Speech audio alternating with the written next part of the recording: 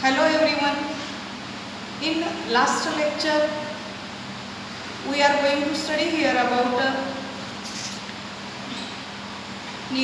structure of anther and structure of microspore, that is a pollen grain.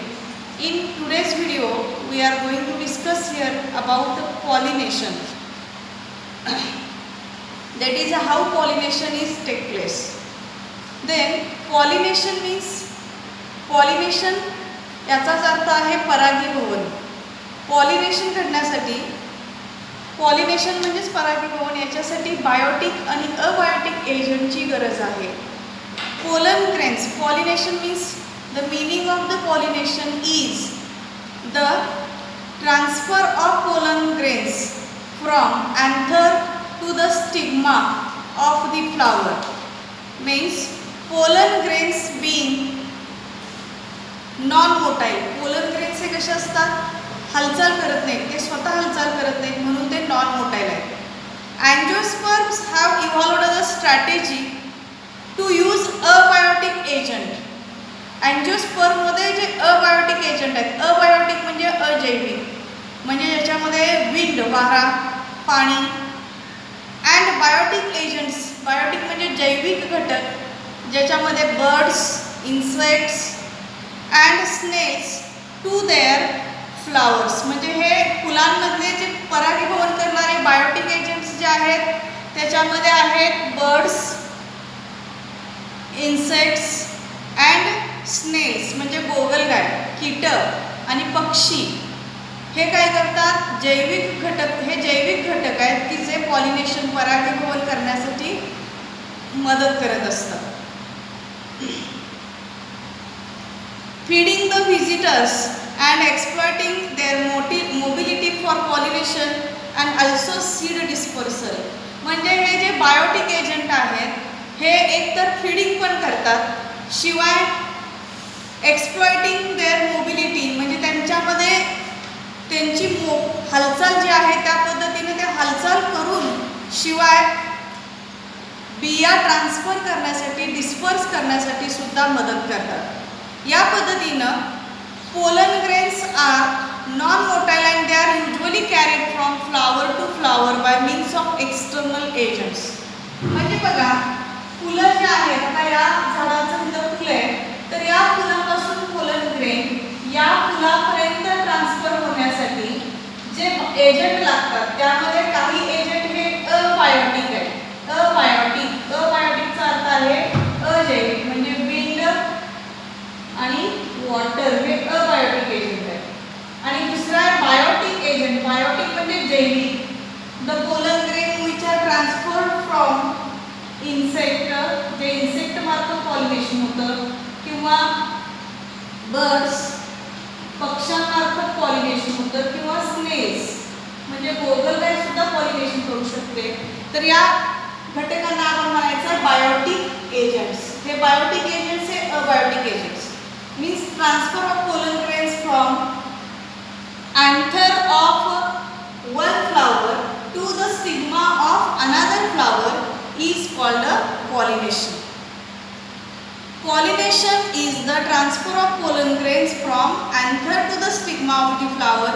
It is the prerequisite for fertilization because both the male and female gametes are non-motile.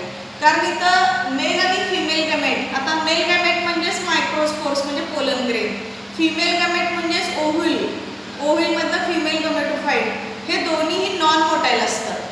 Moreover gametes are produced at two different sites, म्हणजे इथं दोन्ही ठिकाणी gametes तयार होतात.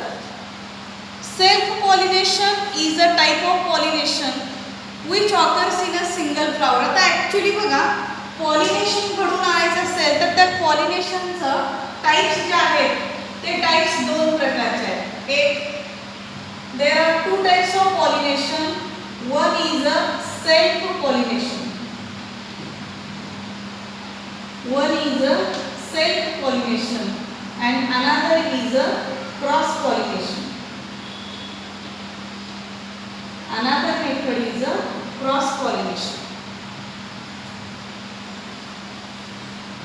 Self pollination and cross pollination.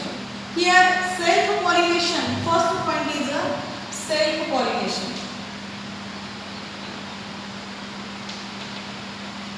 What is mean this self pollination? In this self pollination, it is a type of pollination which occurs in a single flower of or two flowers on a single plant. म्हणजे हे pollination कसं असणार आहे बघा. Actually बघा, या एकाच झाडामध्ये, एकाच झाडाच्या in a single plant, when pollination is take place of the same flower म्हणजे आता बघा, याच फ्लावरचे पोलन ग्रेन्स याच फुलाच्या स्टिग्मावरती जर पडत असतील, म्हणजे यातलेच पोलन ग्रेन इथल्याच स्टिग्मावरती जर डिपॉझिट होत असतील सेम फ्लावरवरती, म्हणजे फूल एकच आहे, याचेच अँथर्स मध्ये पोलन ग्रेन्स याच्याच स्टिग्मावरती डिपॉझिट होत असेल, तर आपण याला काय म्हणणार आहे, सेल्फ पॉलिनेशन. हा एक प्रकार आहे. आणि दुसरा प्रकार असा आहे, सेल्फ पॉलिनेशन आणखी कशाला म्हणता येईल, की समजा प्लांट एकच आहे, पण इथे एक फुल आहे, इथे एक फुल आहे, आणि या फुलाची इथं स्टिग्मा आहे, हा स्टिग्मा आहे, आणि प्लांट सेम एकच आहे, पण इथले पोलन ग्रेन जर याच झाडाच्या इथल्या स्टिग्मावरती पडत असतील, म्हणजे इथले पोलन ग्रेन इथल्या स्टिग्मावरती जर डिपॉझिट होत असतील, तर याला पण काय म्हणायचं आहे, सेल्फ पॉलिनेशन. म्हणजे सेल्फ पॉलिनेशन दोन प्रकारे दिसून येईल. एक तर एकाच फुलामधले पोलन ग्रेन्स अँथर पासून स्टिग्मा पर्यंत जात असतील, तर ते सुद्धा सेल्फच पॉलिनेशन आहे. किंवा एकाच झाडाचे दोन फुलं असतील, तर त्या दोन फुलांमध्ये एका फुलाचे पोलन ग्रेन्स दुसऱ्या फुलाच्या स्टिग्मावरती जाऊन पडत असतील, तर ते सुद्धा सेल्फ पॉलिनेशनच आहे. म्हणजेच त्याला आपण स्वयंपरागन असं म्हणतो. It results in inbreeding. याचा परिणाम काय होतो, इनब्रीडिंग होतं. Inbreeding or selfing. In contrast cross pollination. जर आपण क्रॉस पॉलिनेशन मध्ये बघितलं, तर क्रॉस पॉलिनेशन मध्ये काय घडतं, आता हे समजा क्रॉस पॉलिनेशन हा त्यातला दुसरा टाइप आहे पॉलिनेशनचा. समजा इथं दुसरं प्लांट आहे आणि या दुसऱ्या प्लांटचं इथं फुल आहे. In a cross pollination, transfer of pollen grains from anther of one flower to the stigma of another flower of different plants of the same species. Same species म्हणजे समजा आपण म्हणूया की हे पण हिबिस्कसच झाड आहे, हिबिस्कस, आणि हे सुद्धा हिबिस्कसच आहे. म्हणजे एकाच जातीची दोन झाड आहेत, पण याचे पोलन ग्रेन जर याच्या स्टिग्मावरती जाऊन डिपॉझिट होत असतील, तर हा प्रकार आहे क्रॉस पॉलिनेशनचा. बघा, सेम स्पीसीज आहे, पण झाड वेगळं आहे, आणि एका प्लांटच्या एका फुलाचे अँथरचे दुसऱ्या प्लांटच्या स्टिग्मावरती जर जाऊन डिपॉझिट होत असतील, तर आपण याला क्रॉस पॉलिनेशन म्हणणार आहे.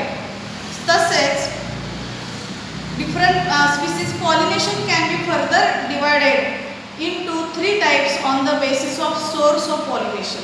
आता पॉलिनेशनचे प्रकार जे आहेत ते अजून 3 प्रकार आहेत. ते सोर्स नुसार आहे. सोर्स म्हणजे कुठला सोर्स आहे त्यानुसार पॉलिनेशनचे 3 प्रकार होतात. एक त्यातले पहिला प्रकार आहे, एक आहे autogamy. First type is autogamy. Autogamy. दुसरा प्रकार आहे बी, जिटोनोगॅमी. जिटोनोगॅमी. आणि सी, तिसरा प्रकार आहे झेनोगॅमी. झेनोगॅमी. ॲटोगॅमी, जिटोनोगॅमी आणि झेनोगॅमी असे याचे 3 प्रकार होतात. आता ॲटोगॅमी जे आहे, ॲटो या शब्दातच अर्थ आहे सेल्फ. गॅमस मीन्स मॅरेज, म्हणजे ज्याच्यामध्ये it is a type of pollination in which in a bisexual flower is pollinated by its own pollen grain. Offsprings are genetically identical to their parents. Example आहे याचं P, म्हणजे याच्यामध्ये self pollination घडून येतं. Self pollination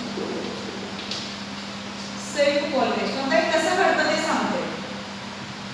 auto means sale आणि gametes means marriage. याचा अर्थ असा आहे की ज्या फुलांमध्ये बघा हे झाड असेल तर याच्यामध्ये एका फुलामध्ये हे फुल जर बायसेक्शुअल असेल, bisexual means here anther as well as gynoecium, that is androecium and gynoecium both are present in a single flower, then that flower is called as a bisexual. आपण आता याचं एक्झाम्पल घेऊया पी प्लांट, म्हणजे वाटाण्याचं झाड. In a pea plant pollen grains are transferred. आता बघा इथं पण बघितलं तर पोलन ग्रेन्स, इथं स्टिग्मा असेल आणि इथं पोलन ग्रेन आहे. तर या पोलन ग्रेनचे या एकाच फुलामध्ये हे पोलन ग्रेन याच स्टिग्मावरती जाऊन डिपॉझिट होत असतील, त्या स्टिग्मावरती जाऊन डिपॉझिट होत असतील तर आपण याला काय म्हणायचं, सेल्फ पॉलिनेशन किंवा ॲटोगॅमस. म्हणजे बघा इथे बायसेक्शुअल फ्लॉवर आहे, एकाच फुलामधले पोलन ग्रेन त्याच फुलाच्या स्टिग्मावरती जाऊन डिपॉझिट होत आहे, तर आपण याला म्हणणार आहे autogamy. That is this is a autogamy, that is a self pollination, autogamy. Then flowers which are autogamy consist of several adaptations in the structure of flower to facilitate this process. It occurs without external pollinating agent. आता बघा ॲटोगॅमसचे काही फायदे पण आहेत की इथं self pollination होत असल्यामुळं कुठल्याही एक्सटर्नल एजंटची, मग बायोटिक असू दे अबायोटिक असू दे, कुठल्याही एक्सटर्नल एजंटची गरज लागत नाही. When flower opens to expose sex organs, it is called as a कॅस्मोगॅमस. म्हणजे आता बघा जेव्हा फूल उमलतं, फूल कुठलंही फूल पूर्णपणे उमलतं तेव्हा त्याचे सेक्स ऑर्गन्स काय होतात, डिस्पर्स होतात, म्हणजे बाहेर येतात, एक्सपोज होतात, फुलातून बाहेर येतात. तेव्हा ही जी प्रोसेस आहे, फ्लावर ओपन झाल्यानंतर ते एक्सपोज होतात आणि त्याचे सेक्स ऑर्गन्स ओपन होतात, याला आपण कॅस्मोगॅमस असं म्हणायचं.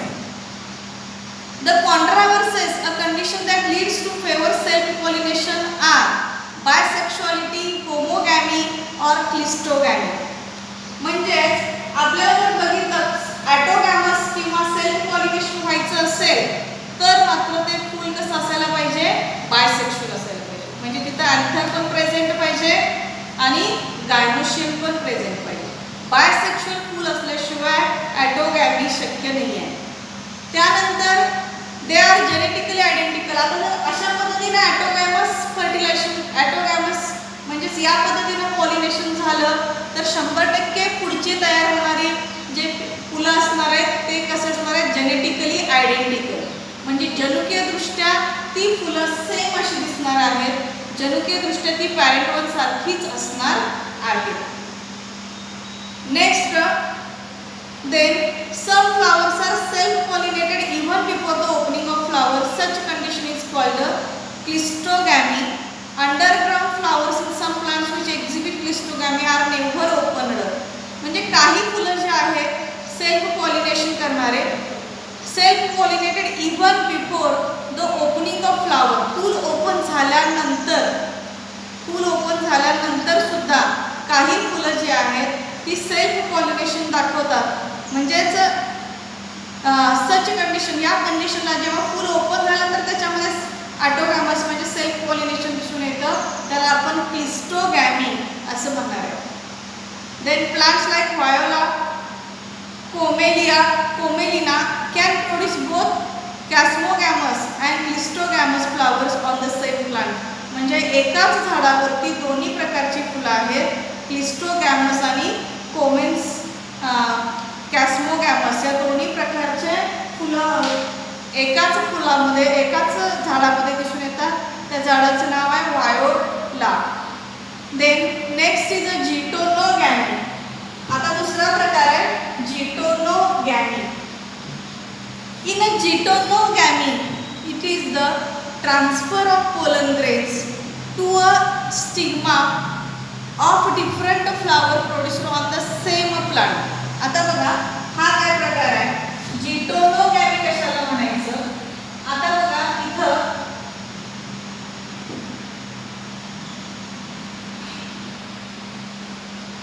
प्लांट एकच आहे पण इथं फुलं दोन असतील. लक्ष द्या की प्लांट एकच आहे पण फुलं वेगवेगळे आहेत आणि त्यावेळेला या फुलातले पोलन ग्रेन या फुलावर जाऊन डिपॉझिट होत असतील. प्लांट सेमच आहे पण फुलं वेगवेगळे आहेत आणि यातले पोलन ग्रेन दुसऱ्या फुलावरती म्हणजे यातले अँथरचे पोलन ग्रेन त्यातल्या गायनोशियमच्या स्टिग्मावरती जाऊन डिपॉझिट होत असतील तर आपण याला geitonogamy असं म्हणायचं. geitonogamy. It is functionally similar to cross pollination as it involves pollinating agent but it cannot bring about a genetic variation. याच्यामध्ये क्रॉस पॉलिनेशन सारखं बायोटिक एजंटची गरज असली तरी सुद्धा याच्यामध्ये पॉलिनेटिंग एजंटची गरज असली तरी सुद्धा याच्यामध्ये जेनेटिक व्हेरिएशन येत नाही. कारण प्लांट एकच असल्यामुळे याच्यामध्ये जेनेटिक व्हेरिएशन येत नाही. And is only ecological significance. पण याच्यामध्ये इकॉलॉजीच्या दृष्टीनं पर्यावरणाच्या दृष्टीने हे फायदेशीर ठरतं. एक्झाम्पल आहे याचं Cucurbita. It is similar to autogamy as pollen grains come from same plant. Actually हा प्रकार सेल्फ पॉलिनेशन सारखाच आहे, ऑटोगॅमस सारखाच आहे कारण झाड एकच आहे आणि त्याची फुलं दोन वेगवेगळे आहेत. त्यातल्या एका फुलाचे पोलन ग्रेन्स दुसऱ्या फुलावर डिपॉझिट होत असेल तर आपण याला काय म्हणणार आहे, ऑटोगॅमी. देन याचं एक्झाम्पल आहे कुकुरबिटा. या पद्धतीने इथं दिसून येतं. Next is a xenogamy. Xenogamy flower. आता पॉलिनेशन दॅट इज अ झेनोगॅमीचा अर्थच आहे cross pollination.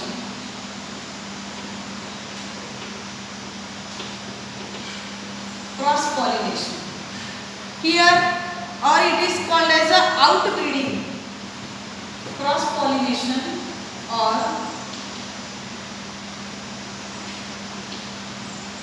it is also called as a outbreeding.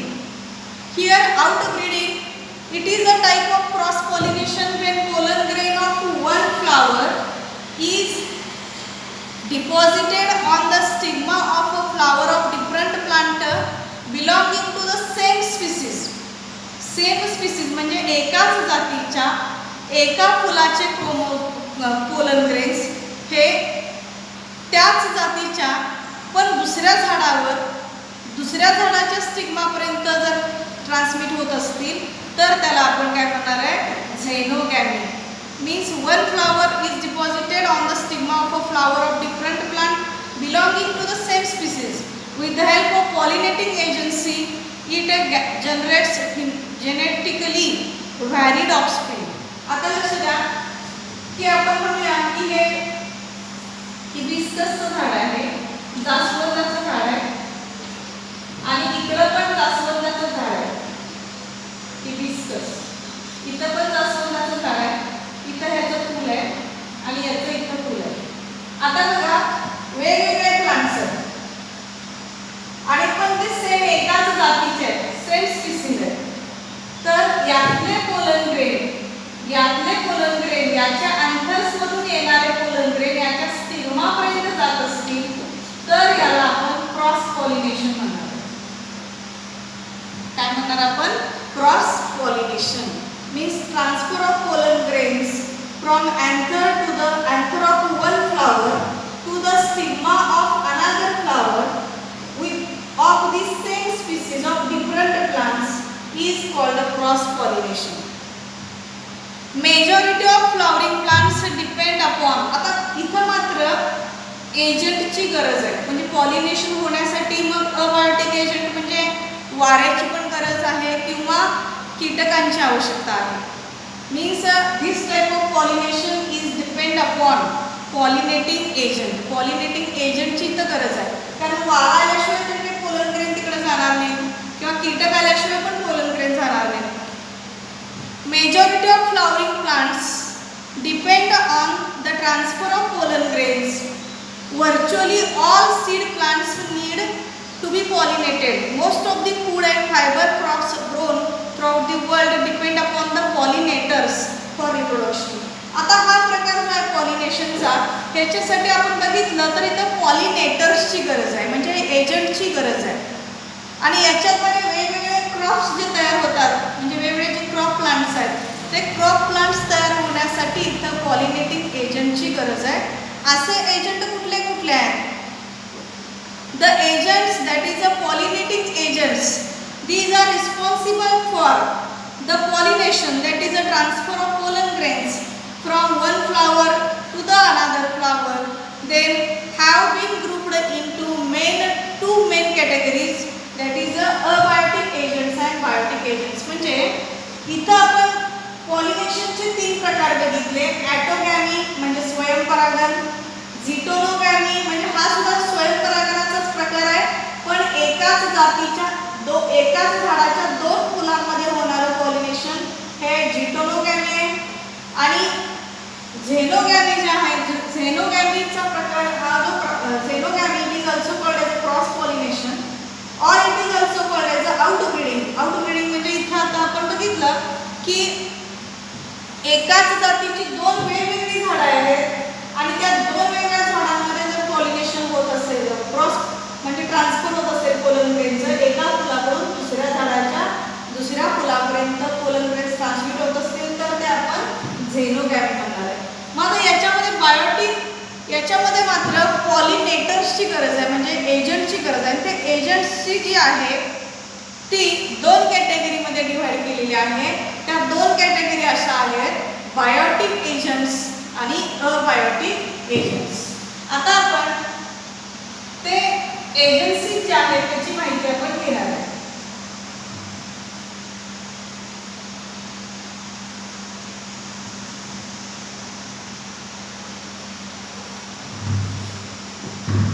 Then pollinators.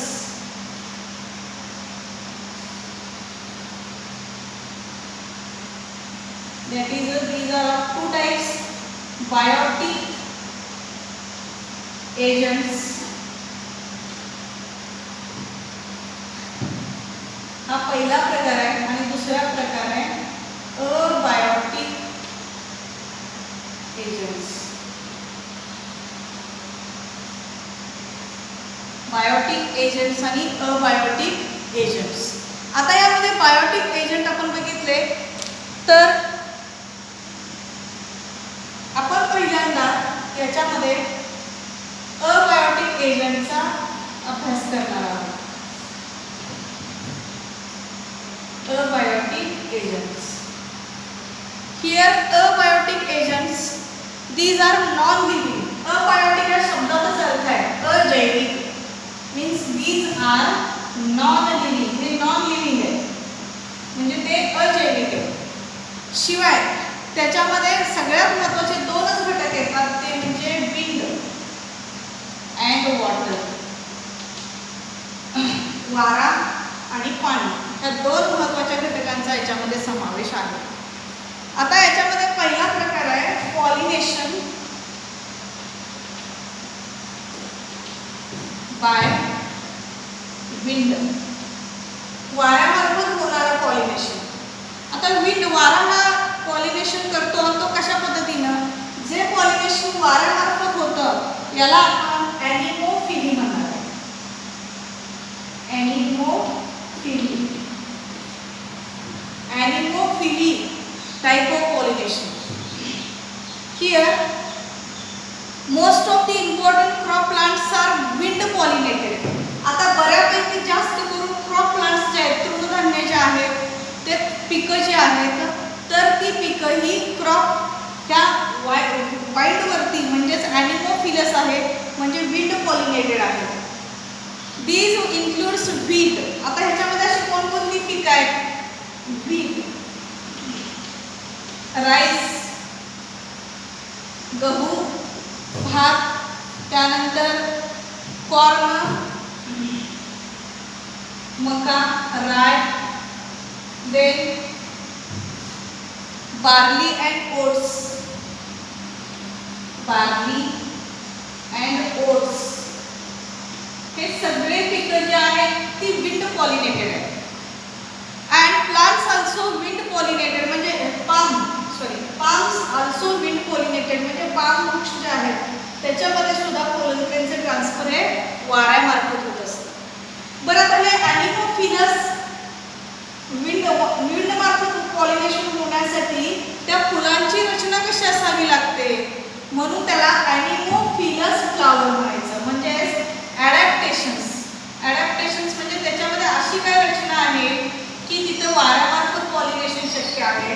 Adaptation of anemophilous flower, anemophilous flower. Anemophilous flower मध्ये काय ॲडॅप्टेशन्स असतात, तर याच्यामध्ये पहिला आहे the flowers R small.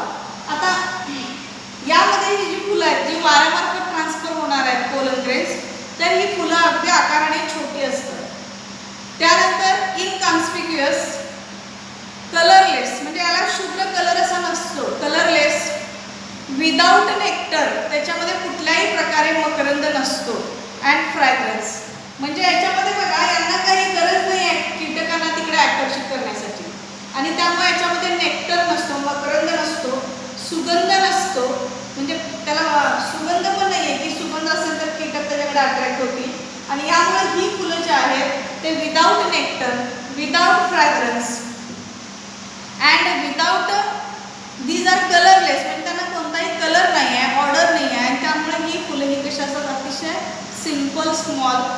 The pollen grains are light in weight. आता मात्र ते वाऱ्यामार्फत ट्रान्सफर होतात म्हणून त्यातले पोलन ग्रेन्स मात्र अतिशय लाईट इन वेट असतात. लाईट इन वेट म्हणजे हलके आणि ड्राय, शुष्क असं वाळलेले असतात. आणि producing large number of increase chances of pollination considering wastage of pollen grain. आता बघा ते वाऱ्यामार्फत ट्रान्समिट होत असतात म्हणजे बऱ्यापैकी ते वेस्ट पण जात असतात. पण वेस्ट जरी जात असले तरी ते संख्येने पण जास्त प्रमाणात तयार होतात, हे त्याचं एक वैशिष्ट्य आहे. Stigma is feathery. बरं, अजून या फुलांमध्ये स्टिग्मा जी आहे, कारण स्टिग्मा काय करते, स्टिकी असते, ती पोलन ग्रेन रिसीव्ह करते, म्हणून स्टिग्मा ही स्टिकी आहे. स्टिकी म्हणजे चिकट, की ती वाऱ्यामार्फत येणाऱ्या पोलन ग्रेनला काय करणार आहे, चिकटून ठेवणार आहे, आणि म्हणून ती स्टिकी आहे. स्टिकी असते आणि फिदरी आहे. फिदरी म्हणजे त्याला काय असतात, बारीक बारीक त्याच्यावरती काय असतात, केस असतात, की त्यामुळं ते काय करतात, वाऱ्यामार्फत येणाऱ्या पोलन ग्रेनना, ट्रॅप पोलन ग्रेन्स म्हणजे त्या येणाऱ्या पोलन ग्रेन्सना ती काय करते, अडकवून ठेवू शकते. म्हणजे ती आपल्यामध्ये चिकटून ठेवण्यासाठी त्याला काय आहे, जोरात येणाऱ्या वाऱ्यातून येणाऱ्या पोलन ग्रेनला स्वतःकडे चिकटून ठेवण्यासाठी ती काय करते, तिला बारीक बारीक तिच्यावरती केस असतात, म्हणजे तिला फिदरी स्टिग्मा असं म्हटलेलं आहे. Then stamens are exerted with long filament. आज ॲक्च्युली जर त्याचे स्टॅमेन बघितले म्हणजे त्या फुलांमधले जे अँड्रोशियम आहे, त्या अँड्रोशियममधला जो स्टॅमेन आहे त्याचा फिलामेंट म्हणजे त्याची स्टॅमिनल ट्यूब जी आहे ती खूप आकाराने मोठी असते. व्हर्सॅटाईल अँथर व्हर्सॅटाईल असल्यामुळं तो पटकन फुटून त्यातले पोलन ग्रेन्स काय होतात, ट्रान्समिट होतात. Then stamens and stigma are expose to air currents. यातले स्टॅमेन आणि स्टिग्मा हे दोन्ही एअर करंटला म्हणजे सहजपणे वाऱ्यामार्फत एक्सपोज होतील. या पद्धतीनं ते वाऱ्याकडे एक्सपोज केलेले असतात आणि त्यामुळं सहजपणे यातले पोलन ग्रेन हे एका फुलातून दुसऱ्या फुलापर्यंत जात असतात. या पद्धतीनं याची रचना असते. म्हणजे इथं आपण ॲनिमोफिलस फ्लावर कसे असतात त्याचे ॲडॅप्टेशन्स, या पद्धतीनं पॉलिनेशन कोणत्या पिकांमध्ये घडून येतं तर ते wheat, rice, corn, rye, barley, oat या प्लांटमध्ये दिसून येतं. आणि हे एक प्रकारचं अबायोटिक एजंट आहे हा प्रकार, आणि त्या पद्धतीनं हे ॲनिमोफिलस पॉलिनेशन दिसून येतं. ठीक आहे, थांबूया.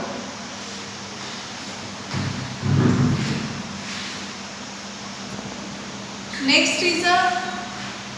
type of abiotic agent that is pollination by water, म्हणजे पाण्यामार्फत होणारं पॉलिनेशन, परागीभवन. त्याच्यामध्ये त्याला आपण अजून it is also called as a हायड्रोफिली.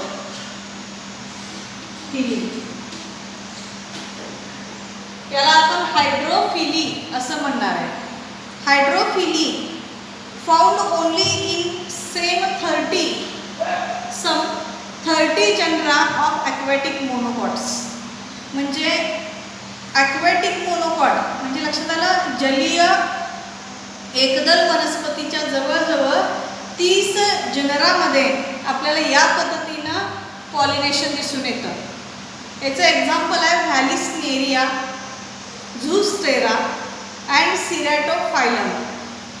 आता पाण्यामार्फत जे होणारं पॉलिनेशन आहे, आपण हायड्रोफिलस प्लांट बघूया.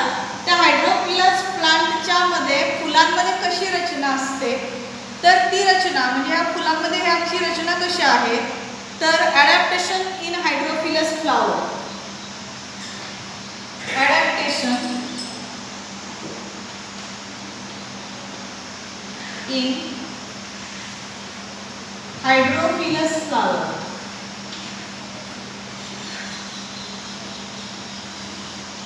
हायड्रोफिलस फ्लावर. हायड्रोफिलस फ्लावर मध्ये ॲडॅप्टेशन कशा असतात, तर याच्यामध्ये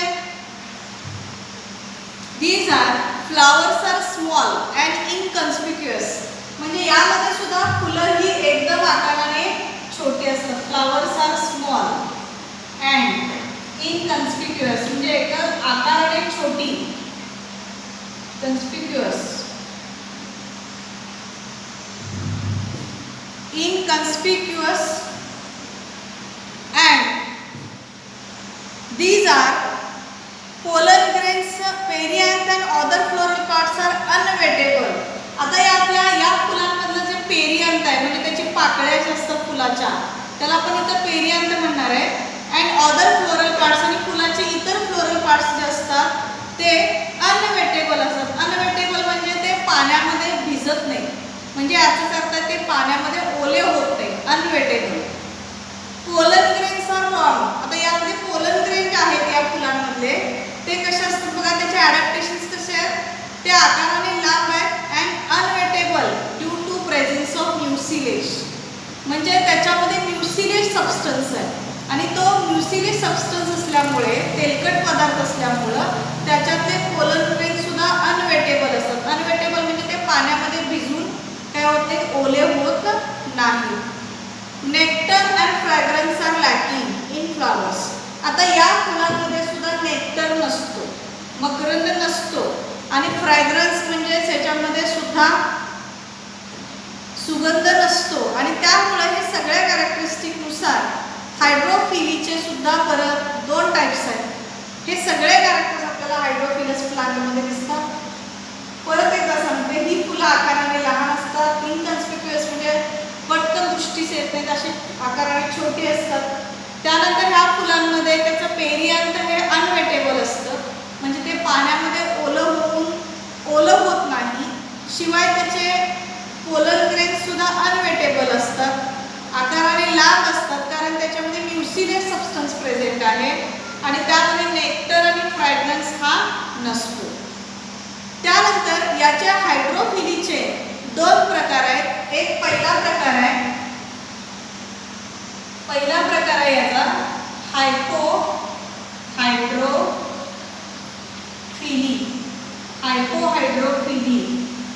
आणि दुसरा प्रकार आहे इपिहायड्रोफिली.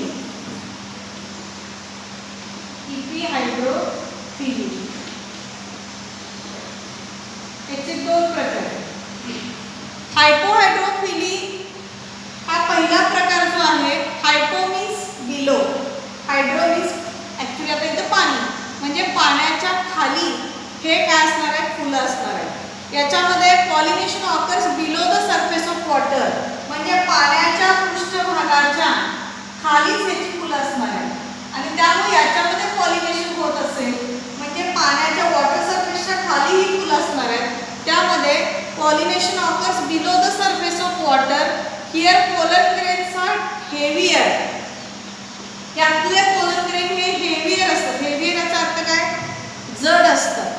and heavier than water. पाण्यापेक्षा ते pollen grain जड असल्यामुळे sink down and caught by stigmas of female flower. हे pollen grain पाण्यापेक्षा जड असल्यामुळे ते काय होतात? पाण्यामध्ये तळाला जातात. pollen grains are heavier than water, sink down and caught by stigmas of female flower. आणि ते जड असल्यामुळे यातले pollen grain काय होतात? खालच्या फुलांच्या स्टिग्मावरती जाऊन डिपॉझिट होतात. अशा पद्धतीच्या प्लांट्स जे आहेत त्याचं एक्झाम्पल आहे Zostera. That is a sea grass. म्हणजे सी ग्रास म्हणजे समुद्रामध्ये असलेलं जे गवत आहे तर त्या गवतामध्ये या पद्धतीने पॉलिनेशन घडून येतं. The pollen grains are long. यातले पोलन ग्रेन्स कसे असतात बघा? लॉंग, रिबन लाईक, रिबन सारखे असतात, असे पट्टीसारखे. आणि विदाउट एक्झाईन. त्याला एक्झाईन नसतो. एक्झाईन म्हणजे जसं पोलन ग्रेन आहे ना आणि याला अवतीभोवती डोमेनला असं एक्झाईन असतं तसं एक्झाईन याला नसतं. हे काय आहे? Pollen grain. त्याला एक्झाईन नसलेलं पोलन ग्रेन. त्यानंतर इपिहायड्रोफिली हा जो प्रकार आहे या पद्धतीमध्ये इपिहायड्रोफिलीमध्ये the pollen grains float on the water. आता ह्यामध्ये काय होतं बघा? Pollen grains float on water. ह्या पाण्याच्या वॉटर सरफेसला पोलन ग्रेन वरती फ्लोट होतात. वरती म्हणजे पाण्याच्या वॉटर सरफेस वरती फ्लोट होतात म्हणून त्याला इपी म्हणजे वर. पाण्याच्या वरती ते पोलन ग्रेन फ्लोट होतात, वॉटर सरफेसला फ्लोट होतात and reach the stigma of female flower. And reach the stigma of female flower. आणि या पद्धतीने ते फ्लोट होत जाऊन स्टिग्मा ऑफ फिमेल फ्लॉवर म्हणजे मादी फुलाच्या स्टिग्मापर्यंत जाऊन ते पोहोचतात. त्याचं एक्झाम्पल आहे व्हॅलिस्नेरिया.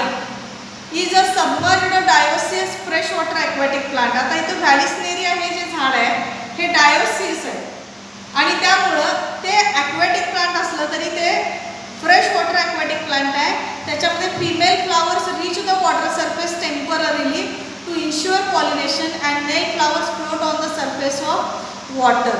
मेल फ्लावर्स जे आहेत त्यातले तर त्यातले मेल फ्लावर्स जे आहेत तर ते मेल फ्लावर्स हे पाण्याच्या वॉटर सरफेसला फ्लोट होत असतात आणि ॲट द सेम टाइम जेव्हा फिमेल फ्लावर्स सुद्धा त्यातले काय होतात? वॉटर सरफेसच्या वरती जाऊन पोहोचतात. म्हणजे दुसरी झाड असते आता ही तर याच्या वॉटर सरफेसला जेव्हा फिमेल फ्लावर फ्लोट होतात तेव्हा ह्यातले पोलन ग्रेन याच्यामध्ये याच्या स्टिग्मामध्ये जाऊन त्या पाण्याच्या वॉटर सरफेसमधून ते काय होतात? फ्लोट होत काय होतात? तरंगत ते त्या पाण्यातून काय होतात? ते फ्लोट होतात आणि ते स्टिग्मापर्यंत जाऊन पोहोचतात.